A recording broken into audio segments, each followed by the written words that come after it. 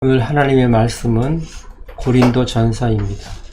고린도 전서는 16장으로 구성이 되어 있습니다. 고린도 후서는 13장으로 되어 있죠. 합해서 29장입니다. 신약 성경에서 가장 긴 장이 마태복음이죠. 28장으로 되어 있습니다. 또한 사도행전이 28장으로 되어 있습니다.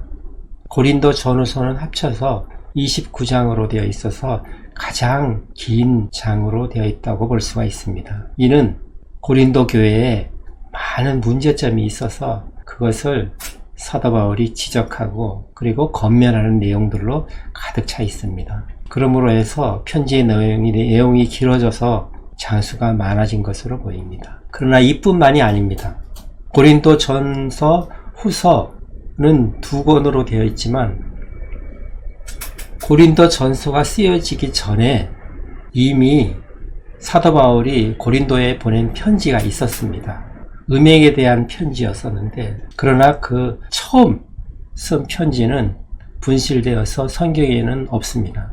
그리고 고린도 전서는 두 번째 편지이고 세 번째 편지가 또 있었습니다. 그것은 눈물의 편지라고 하는데, 바울이 눈물로 쓴 편지는 이 성경에 포함되어 있지 않고 있습니다. 그것도 분실되어서 없는 것이죠. 그리고 그 후에 고린도 후서가 네 번째 편지로 이 성경에 기록이 되어 있습니다. 따라서 이 네 개의 서신을 모두 합하면 엄청난 분량이 될 것으로 생각이 됩니다. 그만큼 고린도에 있는 교회는 많은 문제를 안고 있었고 그것을 해결하기 위해서 사도 바울이 많은 서신을 보낸 걸로 그렇게 보여지고 있습니다. 고린도 전서 1장 1절부터 살펴보도록 하겠습니다. 하나님의 뜻을 따라 그리스도 예수의 사도로 부르심을 받은 바울과 형제 소수대네는 하나님의 뜻을 따라 예수 그리스도의 사도된 바울이라고 자신을 소개하고 있습니다. 사도직에 대해서 설명을 하고 있는 부분입니다. 사도 바울은 스스로 사도가 된 것이 아닙니다. 하나님의 뜻을 따라서 그리스도 예수께서 사도 바울을 부르시고 그리고 보내셨다는 것입니다.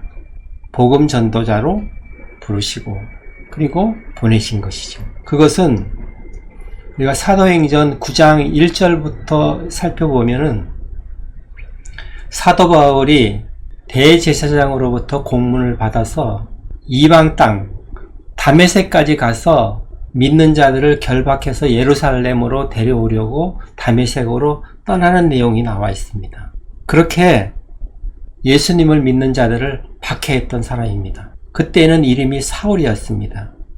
그렇게 다메섹으로 가고 있는 도중에 하늘에서 정오에 햇빛보다 더 밝은 빛이 둘러 비치고 그리고 넘어지게 되죠. 땅에 엎드러졌을 때 음성이 들립니다. 하늘에서 음성이 들려서 사울아 사울아 내가 어찌하여 나를 박해하느냐 그런 음성을 듣게 됩니다. 그리고 누구시옵니까? 누구십니까? 물어봤을 때 나는 내가 박해하는 예수라 그런 대답을 듣습니다. 그때 처음으로 예수 그리스도를 만나게 되는 것입니다. 그때 처음 예수 그리스도를 만나고 그리고 예수님으로부터 사도로 부르심을 받아서 이방인 전도에 나서게 되는 것입니다. 이렇듯 사도 바울은 스스로 사도가 된 것이 아니고 하나님의 뜻에 따라서 그리스도 예수의 부르심과 보내심을 통해서 사도가 됐다고 그렇게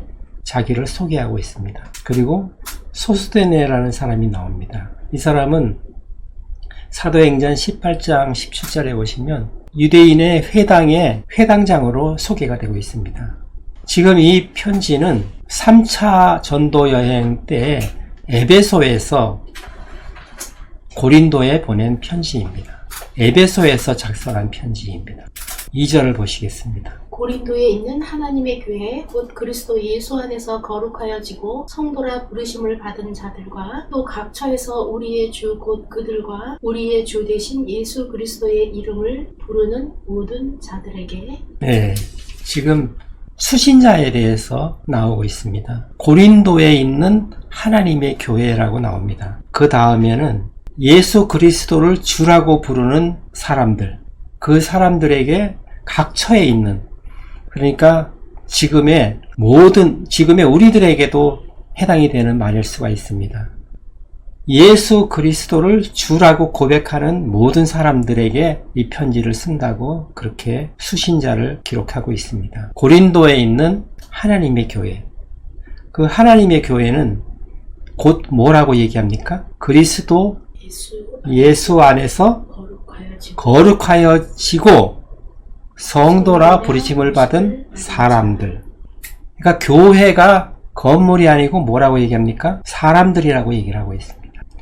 고린도에 있는 하나님의 교회, 곧 그 교회가 무엇을 뜻하는지 뒤에 설명이 되어 있는데, 그리스도 예수 안에서 거룩하여지고 성도라 부르심을 받은 사람들, 그 사람들이 교회라는 것입니다. 그 사람들에게 지금 이 편지를 보낸다는 것이죠. 그리고 각처에서 그리스도 예수를 주라고 고백하는 사람들에게 이 편지를 보낸다는 것입니다. 3절을 보시면, 하나님 우리 아버지와 주 예수 그리스도로부터 은혜와 평강이 있기를 원하노라. 네, 인사말을 은혜와 평강에 대해서 말씀하고 있습니다. 그 다음 절을 보시면, 그리스도 예수 안에서 너희에게 주신 하나님의 은혜로 말미암아 내가 너희를 위하여 항상 하나님께 감사하노니. 네, 고린도 교회에 하나님께서 많은 은혜를 주신 것에 대해서 사도 바울은 하나님께 감사를 하고 있습니다. 이렇듯 사도 바울은 중보기도를 계속 하고 있었던 것입니다. 그 다음 절을 보십니다. 이는 너희가 그 안에서 모든 일 곧 모든 언변과 모든 지식에 풍족함으로. 네, 하나님께서 그런 은혜를 주셨는데 말씀과 그 말씀을 이해하는 지식, 그 지식이 풍족하게 해주셨다는 것입니다. 그런 것을 하나님께 감사한다는 것이죠. 그것은 그리스도 예수 안에서 그렇다는 것입니다. 그리스도 예수 밖에 있는 사람은 아무 의미가 없고 하나님과도 아무 상관이 없는 사람들입니다. 오직 사도 바울은 그리스도 예수 안에서 모든 것이 의미가 있다고 말씀하고 있습니다. 그 다음 절을 보시면, 그리스도의 증거가 너희 중에 견고하게 되어. 네, 그렇게 하나님의 말씀이 풍성하게 전해지고 잘 깨달아 알아지기 때문에 더욱 그런 일들이 견고하게 되는 거죠. 주의 증거도 견고하게 되고 믿음도 견고하게 되는 것이죠. 그 다음 절을 보시면, 너희가 모든 은사에 부족함이 없이 우리 주 예수 그리스도의 나타나심을 기다림이라. 네, 이렇게 하나님께서 은혜를 베푸셔서 많은 은사도 주셨다는 것입니다. 많은 은사가 실질적으로 고린도 교회에 나타났었습니다. 많은 은사도 주시고, 그리고 재림을 기다리는 그런 소망을 가지고 있는 것에 대해서 하나님께 감사하고 있습니다. 이건 정상적인 신앙생활을 하고 있다는 것이죠. 그 다음 절을 보시면, 주께서 너희를 우리 주 예수 그리스도의 날에 책망할 것이 없는 자로 끝까지 견고하게 하시리라. 네, 하나님께서 그리스도 예수께서 오시는 그 재림 때, 그 날에 흠없는 자, 항상 사도 바울은 말을 했었죠. 예수님께서 오실 때 흠없이 거룩함을 유지해야 된다고 말씀을 했었습니다. 구별되게 믿음에서 흔들리지 않는 삶을 예수님이 오실 때까지 끝까지 그렇게 흔들리지 않는 믿음을 가진 삶을 살아야 된다는 것이죠. 그것이 중요하다는 것입니다. 예수님을 믿는다고 처음에는 불길처럼 타오르다가 금방 식어지는 사람들이 많이 있습니다. 저도 예전에는 그런 적이 있었습니다. 그러나 신앙생활은 마라톤과 같아서 마지막 그 테이프를 끊는 지점까지 달려가야 된다는 것이죠. 그래서 예수님께서 오시는 그 날까지 믿음을 지키고 점점 거룩하여지는, 구별되어 하나님 앞에 흠이 없는 그런 삶을 살아야 된다는 것입니다. 그것이 바로 성도의 성화에 해당되는 것이죠. 그 다음 절을 보십니다.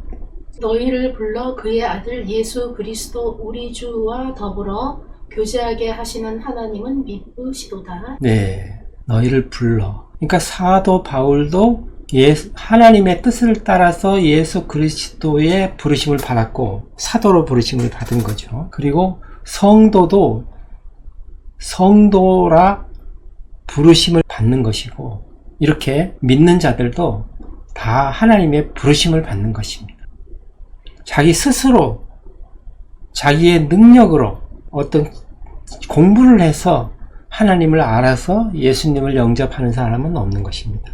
모든 예수님을 영접하고 예수님을 믿게 된 것은 하나님께서 부르셨기 때문에 그런 일이 일어났다는 것입니다. 그 다음 절을 보십니다. 형제들아, 내가 우리 주 예수 그리스도의 이름으로 너희를 권하노니 모두가 같은 말을 하고 너희 가운데 분쟁이 없이 같은 마음과 같은 뜻으로 온전히 합하라. 네, 이제 인사말을 마치고 이제 본격적으로 이제 말을 합니다. 이 편지를 쓴 목적에 대해서 말을 하고 있는데 같은 말을 하고 분쟁이 없이 하라는 거죠. 그리고 같은 마음과 같은 뜻을 가지고 같은 뜻으로 서로 합하라는 것입니다. 나누어지지 말라는 것이죠. 분쟁이 있어서는 안 된다는 것입니다. 다음 절을 보시면 내 형제들아, 글로의 집 편으로 너희에 대한 말이 내게 들리니 곧 너희 가운데 분쟁이 있다는 것이라. 네, 사도 바울이 소아시아의 에베소에서 사역을 하고 있을 때에 어떤 사람이 와서 그 사람은 글로에의 집에 있는 사람이 와서 사도 바울에게 말을 했다는 것입니다. 고린도 교회에 분쟁이 있다는 말을 했다는 것이죠. 그 다음 절을 보시면 내가 이것을 말하거니와 너희가 각각 이르되 나는 바울에게, 나는 아볼로에게, 나는 게바에게, 나는 그리스도에게 속한 자라 한다 하는 것이니. 네, 그 글로의 집 사람이 와서 사도 바울에게 전한 내용이 분쟁이 있다는 것인데 그 분쟁이 편을 갈라서 나누어져 있다는 것입니다. 그것이 고린도에 있는 그 성도들이 나는 바울에게, 또 나는 아볼로에게, 그리고 나는 게바에게, 게바는 베드로를 말합니다. 베드로에게, 또 나는 그리스도에게 그렇게 속했다고 하면서 서로 편을 갈라서 다툼이 있었다는 것입니다. 그런 소문을 들었다는 거죠. 그 다음 절을 보시면 그리스도께서 어찌 나뉘었느냐? 바울이 너희를 위하여 십자가에 못 박혔으며 바울의 이름으로 너희가 세례를 받았느냐? 네, 그리스도 예수께서 어째서 나뉘었느냐? 그리스도의 몸이 교회라고 했습니다. 교회가 나뉘면은 그리스도의 몸이 나뉜 것과 같은 것이죠. 그리스도가 어떻게 나뉘었느냐? 라는 말입니다. 바울이 십자가에 못 박혀 죽었느냐? 그렇게 얘기를 하는 거죠. 지금 예수님만 교회에서 증거돼야 되는데 그러니까 사람들에 의해서 이렇게 나누어져서 나는 누구에 속한 사람이다. 나는 바울에 속한 사람이다. 그리고 아볼로라는 사람은 알렉산드리아 출신이죠. 이집트의 애굽의 그 알렉산드리아 출신인데 말을 아주 능란하게 잘하는 사람이었습니다. 웅변가라고 볼 수도 있고 달변가입니다. 우리는 그 사람한테 속했다 하는 사람들도 또 생겨났다는 것입니다. 그러나 바울의 이름으로 세례를 받은 것도 아니고 바울이 십자가에 달린 것도 아니라는 말은 오직 바울이 예수님이 아니고 이 교회에서는 예수님만 증거되어야 된다는 거죠. 예수님께서 십자가에 못 박히시고 예수님의 이름으로 너희들이 세례를 받았기 때문에 바울은 아무 의미가 없다는 것입니다. 바울이 세례를 준 사람이 있긴 하지만 이 세례를 받은 사람들이 나는 바울에게 세례를 받았으니 바울파다 이러면 안 된다는 거죠. 그 다음 절을 보시면 나는 그리스보와 가이오 외에는 너희 중 아무에게도 내가 세례를 베풀지 아니한 것을 감사하노니. 네, 세례를 받은 사람들이 모여서 나는 바울에게 세례를 받았으니 나는 바울파다 이런 사람들이 생겨났기 때문에 지금 이런 말을 하는 것입니다. 그리스보는 고린도에서 회당장이었죠. 사도 바울이 예수님을 전하는 것을 듣고 개종을 한 사람입니다. 그리스도와 그 집안의 모든 사람들이 다 예수님을 믿게 되었죠. 그리스도라는 사람, 그러니까 몇 사람만 사도 바울이 세례를 베풀었지 많은 사람들에게 베풀지 않은 것을 오히려 내가 감사한다. 세례를 베푸는 것 자체가 잘못된 것은 아닌데 예수님께서 세례를 베풀라고 명령을 하셨기 때문에 세례를 받는 것은 당연한 것인데 그 세례 받는 것으로 인해서 분당을 일으키면 안 된다는 것입니다. 그 다음 절을 보십니다. 이는 아무도 나의 이름으로 세례를 받았다 말하지 못하게 하려 함이라. 네.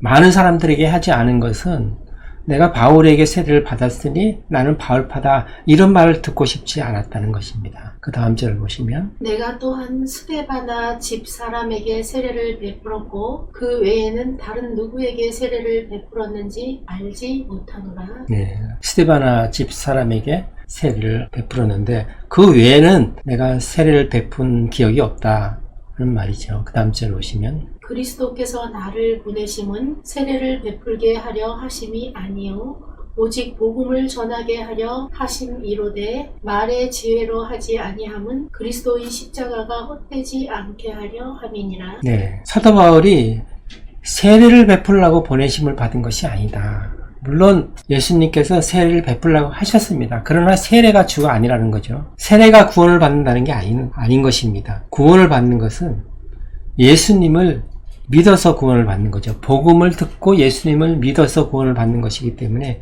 구원받는 것이 중요한 것이지 세례받는 것이 중요한 것이 아니라는 것입니다. 그 말의 현란함, 말의 지혜로 예수님을 전하지 않는다는 것입니다. 그 다음 절을 보시면 십자가의 도가 멸망하는 자들에게는 미련한 것이요 구원을 받는 우리에게는 하나님의 능력이라. 네.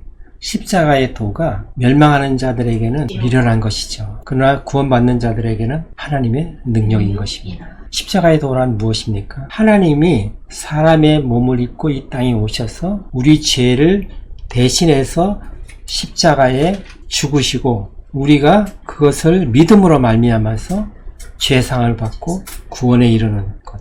그것을 십자가의 도라고 얘기를 하죠. 그러나 세상 사람들이 볼 때 그러니까 멸망하던 자들이 볼 때 그 십자가는 무엇입니까? 죄인들이 매달려서 죽는 형틀입니다. 그렇게 죄를 지어서 죄인들이 십자가에 달려서 죽는 건데 그 죄인이 십자가에 달려 죽은 것을 믿고 구원을 받는다? 그런 것은 미련한 것이라는 것입니다. 세상 사람들이 볼 때는. 그것을 믿어서 어떻게 구원을 받을 수 있느냐는 것이죠. 그러나 구원받는 우리에게는 그 십자가가 하나님의 능력이라는 겁니다. 구원을 이루시는 하나님의 능력인 것이죠. 그러나 세상 사람들이 볼 때는 너무나 미련한 것이라는 것입니다. 그래서 예수님께서 십자가에 달려서 돌아가시기 직전에 그 많은 그 앞에 서 있는 사람들이 메시아이면 그리스도이면 내려와 봐라. 내려와서 본인을 구원해 봐라. 그렇게 얘기를 하죠. 그러니까 그렇게 달려서 죽어가는 것이 미련한 것처럼 보인다는 겁니다. 왜 저렇게 달려서 죽나? 본인이 하나님이라면서 그러는 거죠. 그러나 그것이 하나님의 비밀이고 하나님의 능력인 것입니다. 그 방법 이외에는 이 세상의 죄인들을 구원할 방법이 없었기 때문에 그 방법을 택하신 것이죠. 그 다음 절을 보십니다. 기록된 바 내가 지혜 있는 자들의 지혜를 멸하고 총명한 자들의 총명을 폐하리라 하였으니. 네. 기록된 바 이것은 이사야서 29장에 나와 있는 말씀입니다. 14절에 나와 있죠. 지혜 있는 자들의 지혜, 총명한 자들의 총명을 제하신다는 것입니다. 그것은 이 사람들이 아무리 이 땅에서 지혜롭고 총명한 자를 하더라도 자신의 지혜와 총명을 가지고는 하나님을 도저히 찾아낼 수가 없다는 것입니다. 하나님께서는 구원에 이르는 길을 이 세상에는 주시지 않았다는 것입니다. 오직 그리스도, 예수 그리스도를 믿음으로 구원을 받을 수 있는 길을 열어놓으신 것이지 사람이 스스로 공부를 해서 노력을 해서 지혜로, 총명으로 하나님을 알 수 있는 길을 열어놓지 않았다는 것입니다. 이 세상에 수많은 현자들이라고 하는 사람들이 왔다 갔죠. 공자나 맹자 같은 사람들도 있었고, 그리고 이치를 깨달았다고 하는 석가모니도 있었고, 그리고 많은 권력자들이 있었고, 왕들이 있었고, 그리고 수많은 철학자들이 왔다 갔죠. 아리스토텔레스, 플라톤, 수많은 철학자들이 왔다 갔지만 그런 사람들의 지혜와 청명으로는 하나님을 알 길이 없다는 것이죠. 오직 그리스도만이 하나님을 아는, 구원에 이르는 하나님의 능력이라는 것입니다. 그렇게 하나님께서 그리스도를 통해서 구원의 길을 열어놓으신 것이고, 이 세상에서는 아무리 지혜롭고 총명한 자라도 하나님을 알 수 있는 그 길을 찾을 수가 없는 것이라는 것입니다. 그 다음 절을 보십니다. 지혜 있는 자가 어디 있느냐? 선비가 어디 있느냐? 이 세대의 변론가가 어디 있느냐? 하나님께서 이 세상의 지혜를 미련하게 하신 것이 아니냐? 네. 지혜자, 그리고 변론가, 선비, 이런 사람들이 많이 있지만 이런 사람들로는, 이 세상의 지식으로는 하나님을 알 수 있는 길은 없다라는 것입니다. 그 다음 절을 계속 읽어봅니다. 하나님의 지혜에 있어서는 이 세상이 자기 지혜로 하나님을 알지 못하므로 하나님께서 전도에 미련한 것으로 믿는 자들을 구원하시기를 기뻐하셨도다. 네, 지금 말씀을 하시죠. 이런 지혜나 총명으로는 하나님을 알 길이 없다는 것입니다. 그렇게 하나님을 알 수 있도록 하나님께서 하시지 않았다는 것입니다. 이 세상 만물을 창조하신 하나님께서 사람들의 지혜와 총명, 이 세상의 어떤 것으로도 하나님을 알 수 있는 그 길을 제시하지 않았다는 것입니다. 하나님께서는 전도에 미련한 것으로 하나님을 알 수 있도록 그 길을 예비하셨다는 것입니다. 그 다음 절을 보십니다.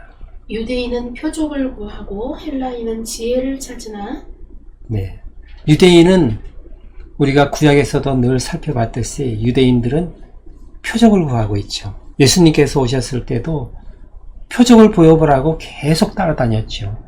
그리고 헬라인들은 잘 아시다시피 지혜를 구했죠. 많은 철학자들이 나타나서 지혜를 구했습니다. 그 다음 절을 보시면, 우리는 십자가에 못 박힌 그리스도를 전하니 유대인에게는 거리끼는 것이요 이방인에게는 미련한 것이로되. 네, 사도 바울은 표적을 구하거나 지혜를 구하는 것이 아니고 그리스도의 십자가를 전한다고 말씀하고 있습니다. 유대인에게는 이런 십자가가 거리끼는 것이다, 걸려 넘어지는 것이라는 겁니다.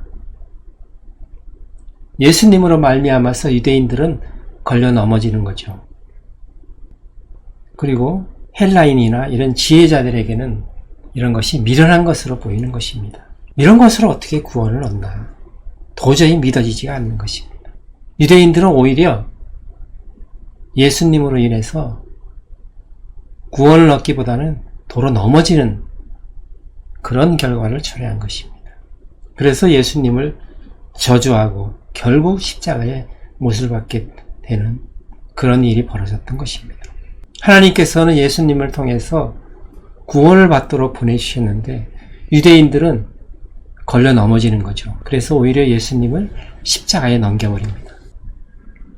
그 다음 절을 봅니다.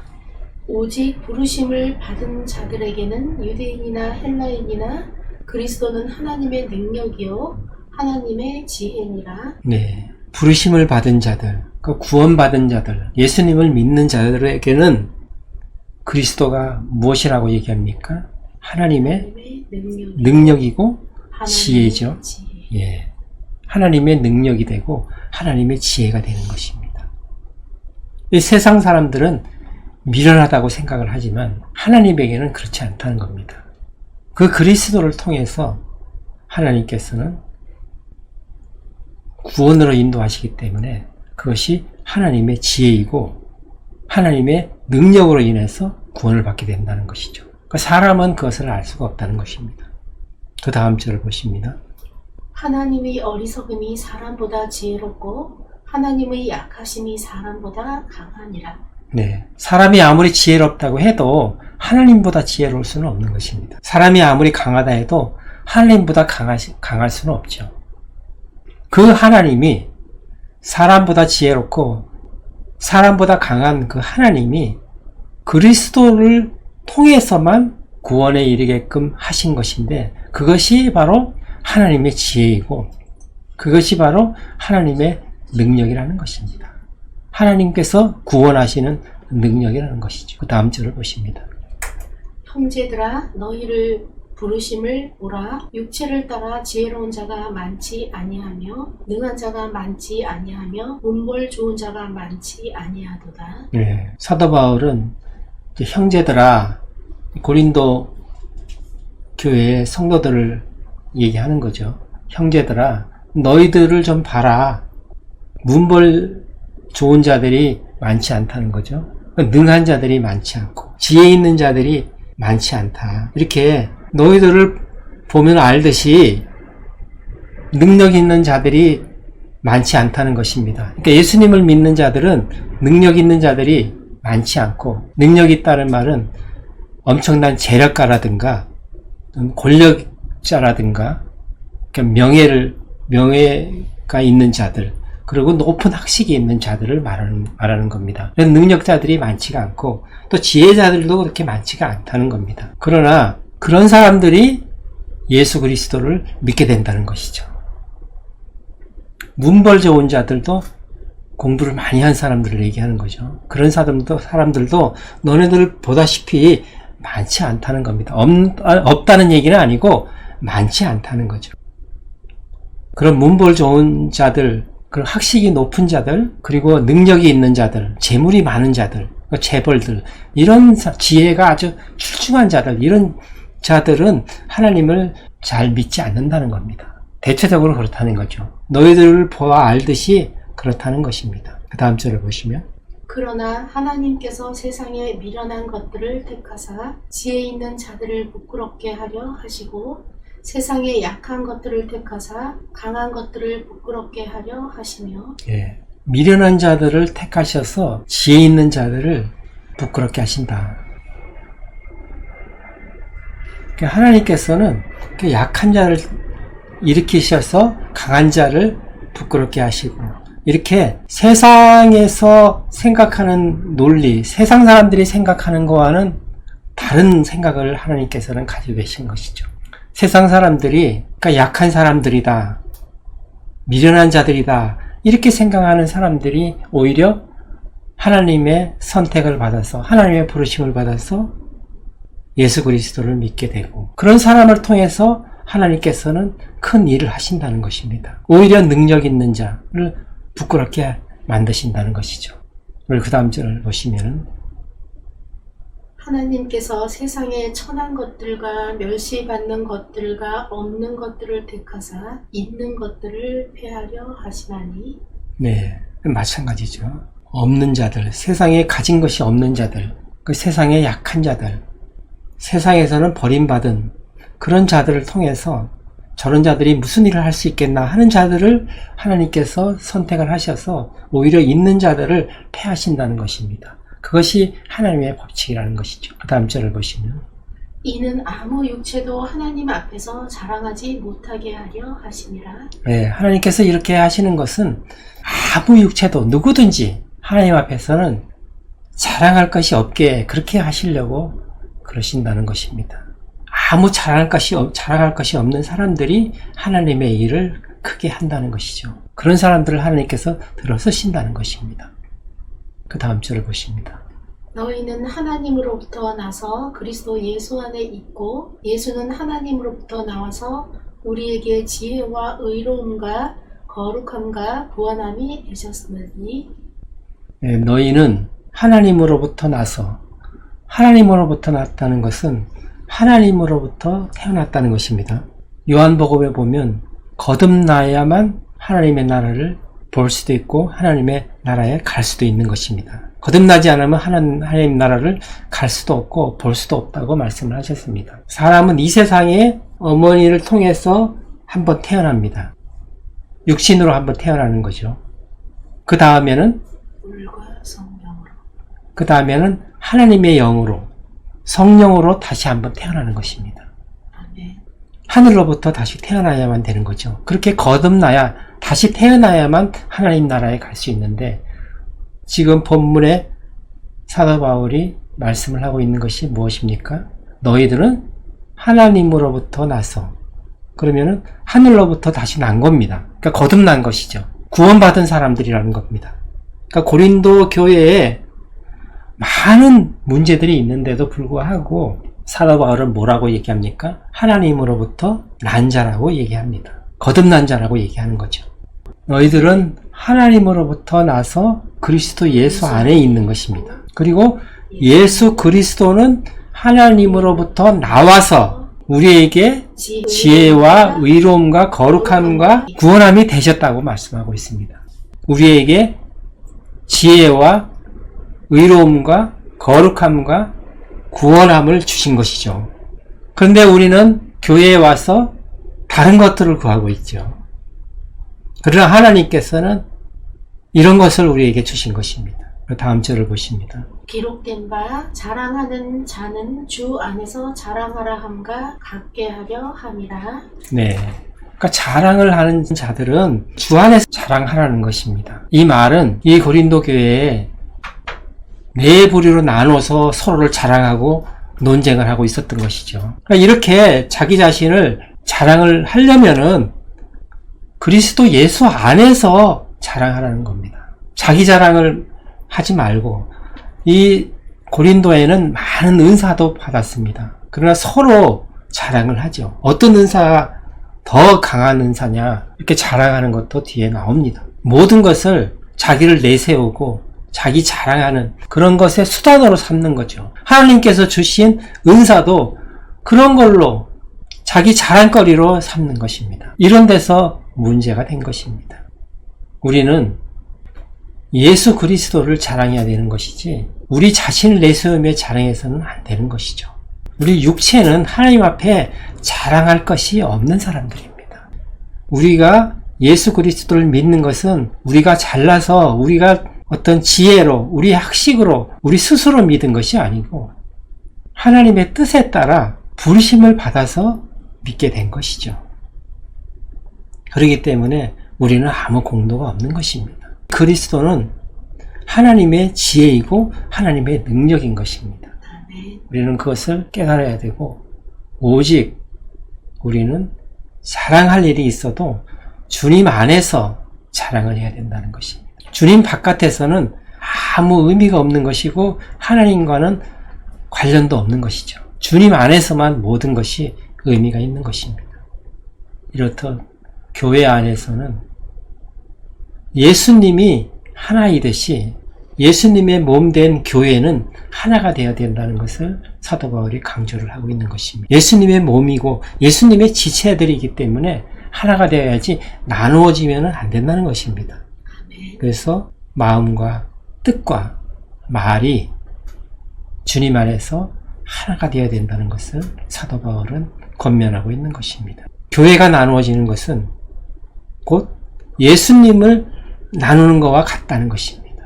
사도 바울이 권면하는 것을 잘 우리가 깨닫고 우리가 교회 안에서는 분열이 되지 않고 하나가 되는 그런 교회가 되어야 된다는 것을 깨닫는 저희 모두가 되기를 예수님의 이름으로 축원합니다. 아멘. 기도하는 시간 갖겠습니다.